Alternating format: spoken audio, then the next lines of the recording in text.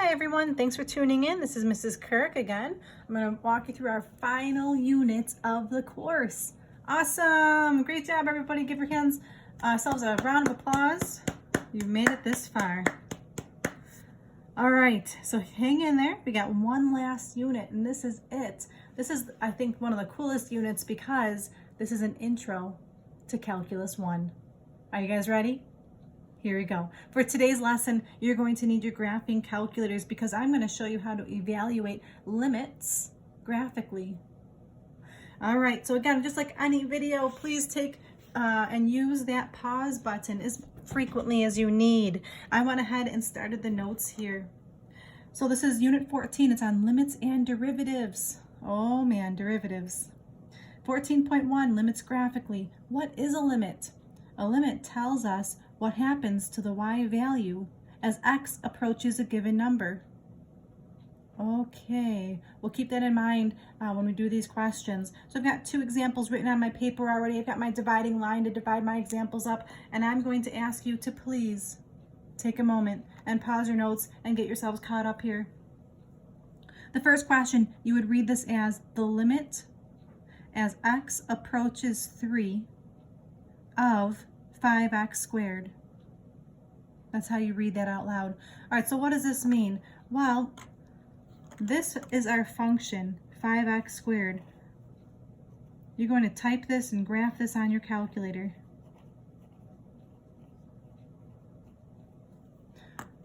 And a lot of us know what that graph is going to look like without having to type it in, but just for the sake of our notes here, I'm going to graph this. So I'm going to go ahead and change my mode because I just got out of that polar unit and I have to go back to the function mode. And it doesn't matter radian or degree because there's no trig values anywhere. There's no sine, cosine, or anything. So just make sure you're in function mode. Go to y equals, clear out whatever might be in here. And I'm going to type in 5x squared. Now hopefully without having to graph this, you would know that this would be a parabola opening up because we got an x squared and it's going to be a very skinny parabola. But I'm going to do a zoom 6 just to look at my graph. And sure enough, it is a very skinny parabola. It's been vertically stretched by a factor of 5. So for our homework tonight and for our notes, I would like you to draw a sketch of each of these problems. I'm not going to use graph paper for these. I'm literally just going to draw a sketch of that. So this is what I'm looking for from you. Let's see, on the side of my paper here, I'm going to draw a set of axes, just very small axes, just with a real quick sketch. I'm not plotting any points, I'm not doing any tally marks. There's my axes, and I'm going to go ahead and just draw, this is the parabola, and that's what I've got. Okay, so now how do I figure out this question here? Well, I want to know what y value is this graph approach, what y value will I obtain as x approaches 3? So as x gets closer and closer to 3, what is that y value? Well, at 3, I can't really see it on my graph because it goes way off my screen. So what's another strategy? Okay, there are two different strategies that you can use to figure out what the y value is as x approaches 3. The two different strategies are, one, maybe somebody thought you could look at the table. That's a good idea. What's another strategy? Maybe someone thought you could plug in 3 for x. Let's give this a try. If I look at my table, second graph, at 3, I get 45. So that's telling me that as x gets closer and closer to 3, the y value will be 45.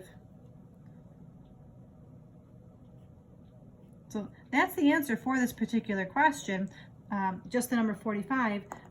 And then if I put 3 in for this question, 3 squared is 9. 9 times 5, sure enough, is 45. So whatever strategy you want to use, go right ahead. But here's my question number 2. So same as before, I'm going to go ahead and go to my y equals, clear out whatever's in here. I'm doing alpha y equals to get my fraction. X squared minus 4 divided by x minus 2. So I'll go to my graph again just to see what it looks like. And while my calculator is working there, I'm going to go ahead and draw my axes because I would like a sketch of this just on the side of my paper. Oh, that's interesting. It looks essentially like a diagonal line. So I'm going to go ahead and use my pen here to make a diagonal line. And again, I'm going to use the strategy. Let's plug in the number 2, or look at my table at 2. Oh no. When I looked at my table, it said error. Now how am I going to figure this out? Oh man. Wait a second. We're smart. If you look at the Y column, look at the numbers. 0, 1, 2, 3, error. 5, 6, 7, 8, 9, 10. What's happening? Can you predict what this error would be? I can. It would be the number 4. But let's take a moment and see why that's the case. How could I figure that out here? Because if I plugged in the number 2, I would have gotten 2 squared minus 4, which would be 0. 2 minus 2 would be 0. 0 divided by 0 last time I checked is not 4. Huh. Well, you have to go back to our notes on finding a whole. What? Finding a whole. I like this question because it reviews something we learned earlier in the school year. When you find a whole, let's go ahead and do that on the side here. The limit as x approaches 2. You factor the top. The top is x plus 2x minus 2. The bottom is x minus 2. What happens? What do you see happening? The x minus 2's cancel. So really, this is the same thing as saying the limit as x approaches 2 of the function x plus 2. That's where this diagonal line is coming from. And then I could plug in the number 2. 2 plus 2 is 4. But do you guys remember finding a whole? This is telling me because this is a common factor, there's a whole at 2 comma, and then if you plug in 2, you get 4. So at 2 comma 4, there would be a hole. So on my sketch here, I would like you to draw a literal hole here at roughly where 2 comma 4 would be. All right, so your homework today is just a series of questions like that, typing on your calculator, finding some tricks here in case you get error. So here's my question number 3. This is the limit as x approaches 2 of the quadratic 4x squared minus 3x. Okay, I can do this pretty quickly without needing my calculator, but the whole point of today's lesson is to do this graphically. So I'm going to go ahead and do this graphically, clear out whatever's in here. You got 4x squared minus 3x. I already did zoom 6, so I can just push graph now. All right, there's a nice parabola. So again, I'm going to use my straight edge here to make some axes and just draw a quick sketch of this. So on your homework, please draw a sketch of all of these things. It's just a little parabola here. And I want to know when x approaches 2. So I'm going to look at my table. At x approaching 2, it does give me a nice output of the number 10.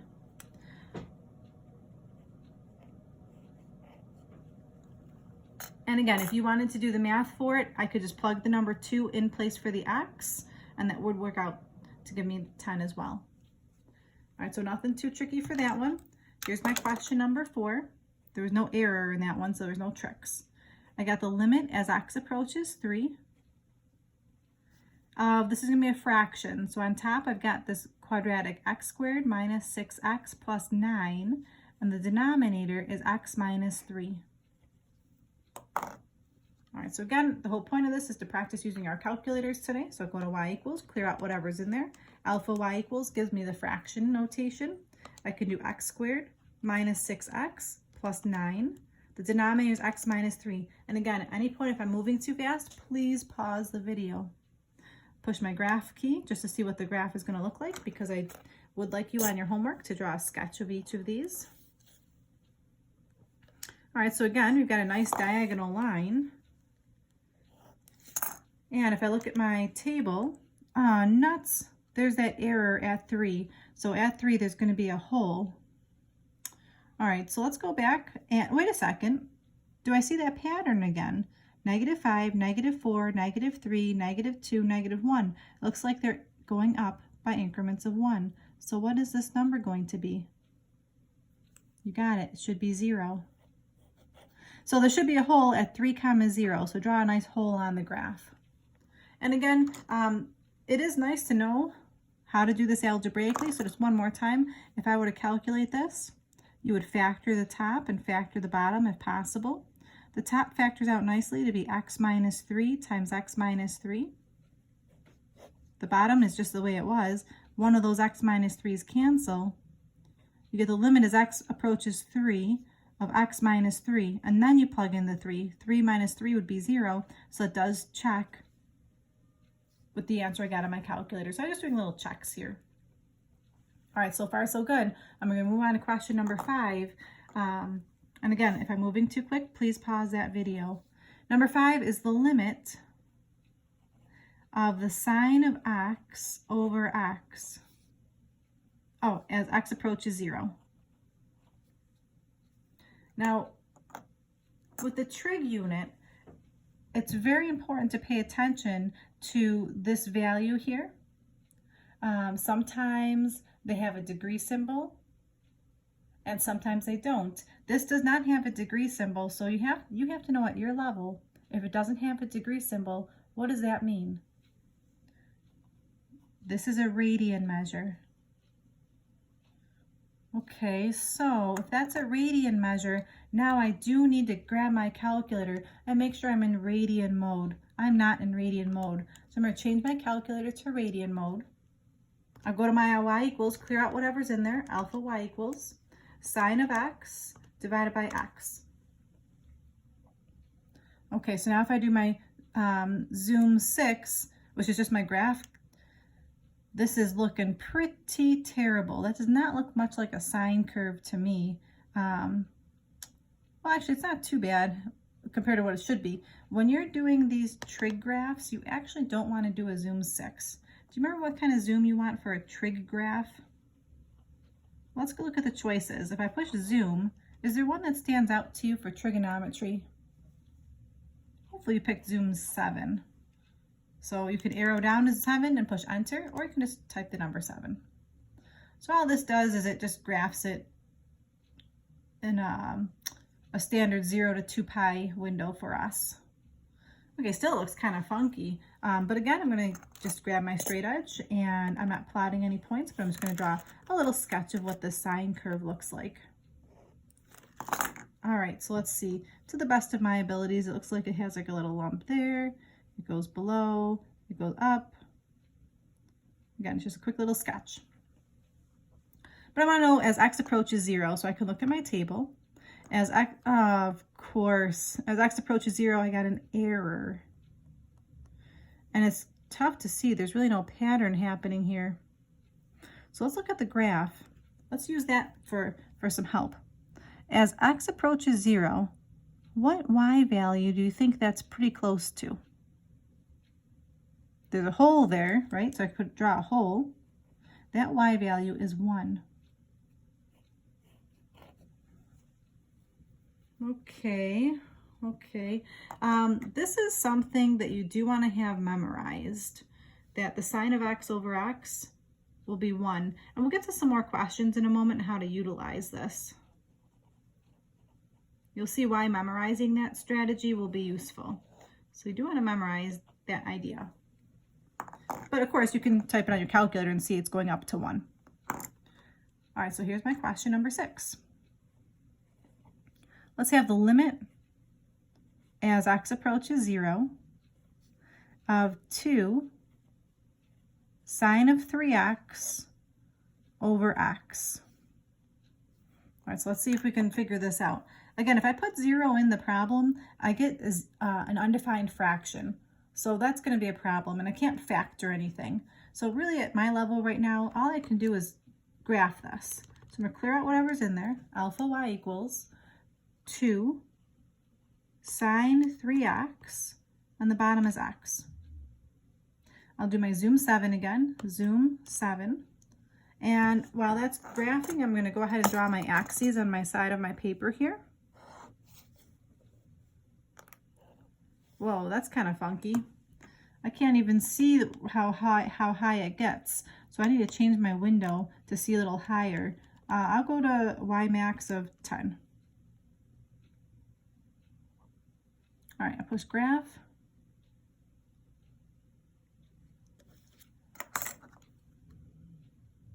Okay, now I can see the peak of my graph. So again, this is just a quick little sketch. So I'm just going to go squiggle, squiggle, squiggle, squiggle. It goes up and a couple more squiggles here.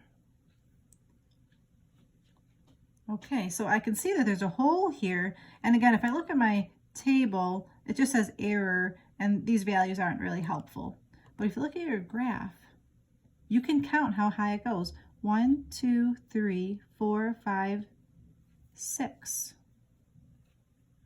Wait a second.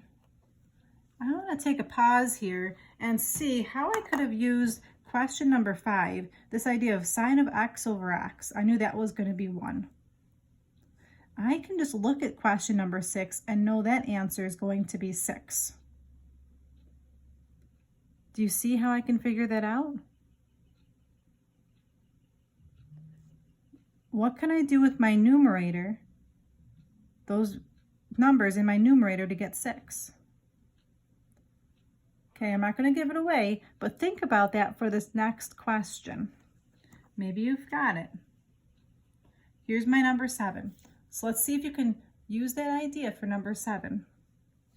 This is the limit as x approaches 0 of 3 tan 4x over x. Now again, this idea only works if it's going to be undefined. So if I put 0 in this problem for number 5, I get 0 in the bottom of a fraction, so that's undefined. Number 6, if I put 0 in the bottom, this is undefined. Number 7, if I put 0 in the bottom, this is undefined. So what do you think is a guess? Take a guess. Write down what you think the answer is. Let's see if you're right. I'm going to alpha y equals 3 tan 4x, x on the bottom. I'll do my zoom 7 to take a look at this graph. What on earth? This graph is looking crazy. There's lots of tangent graphs, and they're just going to keep repeating over and over and over again. While that's going, I'm going to take my straight edge and drop. Whoa, that's interesting. Now the tan graph turns around. Wow, that's a really crazy looking graph. My son has been really enjoying playing with my calculator lately during that polar unit. He was going and making all sorts of different petaled roses. He would like this graph. All right, so hopefully you have a guess at what the answer is. I need to change my window because I'm not going high enough. I'm going to change my window to have a y max of 15. And also, I don't want to see all of those x values. That's just too much. I'm going to say I just want to see from -1 to 1. So I'm just going to write this window down for myself. I went from -1 to 1, and I went from -4 to 15, it looks like. That's my window. All right, so I'll push graph now. And then by doing that, now I don't see so many of those tangent graphs. And dun, dun, dun, dun. That's interesting. I couldn't even see that on my normal curve. So for my sketch here, I'm just doing a little squiggle down for my tangent curve, a little squiggle curve going up, and you got this tiny parabola up here. And it looks like there's a hole. Did you guess correctly? Let's see. 1, 2, 3, 4, 5, 6, 7, 8, 9, 10, 11, 12. What did you have to do to get 12? Just multiply 3 times 4, everyone, if you didn't see it. Okay, again, that strategy is only going to work if the denominator turns out to be undefined. All right, so those are 3 questions on trigonometry. And then the last question for today, I'm going to take a break from those kinds of questions. Those 3 kinds are all the same idea. I'm going to go ahead and highlight those 3. I'm using my daughter's Fancy Nancy marker here. So these 3 have the same concept.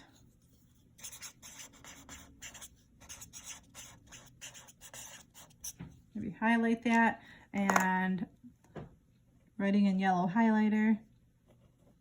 I'm just going to go over it with my blue pen. It's the same concept, those 3 questions. So if you've got trig problems, it only works for trigonometry and only works if the denominator works out to be 0. All right, here's my last question for the day. This is question number 8. Let's say you got f of x is equal to a brace x comma x is less than or equal to 0, and 1 comma x is greater than 0. Oh man, we haven't done these in a long time. This is called a piecewise function. How do we do those? I'm going to do this without my graphing calculator because I just think it's a little bit faster myself. I'm going to draw my set of axes on the side of my paper here. So as a recap here, this is the graph y equals x, but I'm only going to graph it for x is less than or equal to 0. So let's see if you can figure out how to graph that. So this would be a good time to pause the video and see if you can graph it, and then unpause it to see if you're right. I'm going to keep on going. Y equals x is this diagonal line, but I'm only graphing it for the negative values of x. So I don't want to graph the whole graph. I'm only graphing where x is less than or equal to 0. That would be the left-hand side of the graph. And I'm putting a closed point here because it does say or equal to 0. Then you've got the second graph, y equals 1. Y equals 1 is a horizontal line. Well, I'm not going to graph the whole thing. I'm only going to graph where x is greater than 0. So at y equals 1, we'll say is here. I'm only going to graph to the right because it does say greater than 0. All right, so this is my piecewise graph. I've got the first piece in my graph, y equals x, and I've only plotted for x is less than or equal to 0. This is y equals 1, and I've plotted from 0 on. So I use an open circle here because there is no equal to bar. All right, so I've got a series of questions to ask you based on this graph. So part A, can you tell me the limit as x approaches 300 of f of x? So I cannot rely on my calculator. I have to understand how to read this graph. As x approaches 300, what y value do you think that this graph would approach? Well, 300 would be way over here someplace. What's the y value? If I go up, the y value is just the number 1. Question number 8, part B. What is the limit as x approaches 0 with this tiny plus sign of f of x? So the way you would read this, I would say as x approaches 0, slightly positive. So what does that mean, slightly positive? This means come from the right. So this is where it gets to be very tricky. You might need to rewind a couple times. So you go to the right hand of 0. Here's 0 where my pen tip is. You go on the right hand side, anywhere on the right hand side. So maybe over here's on the right hand side of 0. So coming from the right, what y value is my graph approaching as I get closer and closer to 0? So this is where it gets tricky. I don't know. I want to know what y value it is exactly. I want to know what y value is it approaching. So if I go from the right hand side towards 0, what y value does my graph get closer and closer to? It gets closer and closer to 1. So it's a little bit tricky because some people think because it's an open circle, that can't be an answer. But a limit is telling me the y value it's approaching. Okay, hopefully that made some sense to you. Part C is the limit as x approaches 0 from the left, or slightly negative. Okay, so let's see. Again, this negative symbol means it's coming from the left.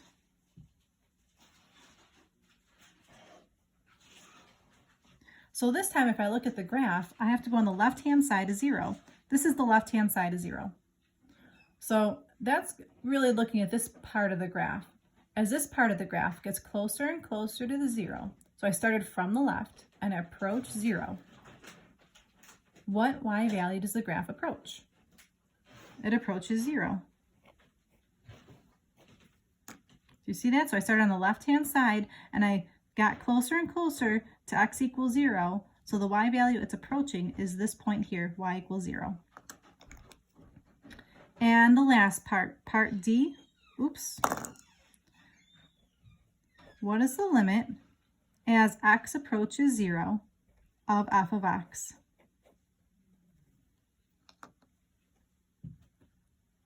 The limit as x approaches 0. Well, now this is kind of tricky. Wait a minute. The limit as x approaches 0. Take a guess. What do you think? what y value is the graph approaching as x approaches 0? Okay, here is our shout out to Mean Girls. If you've ever seen that movie, the limit does not exist. What does that mean? All right, DNE for does not exist. Why is that the case? Well, for a limit to exist, it needs to approach the same number from the left as it does from the right. Does that happen in this problem? From the left, it approaches 0. From the right, it approaches 1. Those are two different values. So the limit can only equal one value. And if it's not the same value, it does not exist. So I'm going to write that down. The reason is because the limit as x approaches 0 from the left does not equal the limit as x approaches 0 from the right. So now, maybe if you go back and watch Mean Girls, you'll understand a little bit more when she says, the limit doesn't exist. All right, thank you everybody for paying attention. This is definitely some pretty cool stuff leading into calculus. If you can do these without having to graph them, that's awesome. I just did a sketch for each of them in our notes. And for homework tonight, we've got homework 14-1, page 904, questions 7 to 47, every other odd. The answers are on page AN 103. And until next time, this is Mrs. Kirk saying stay safe, be healthy, and bye-bye.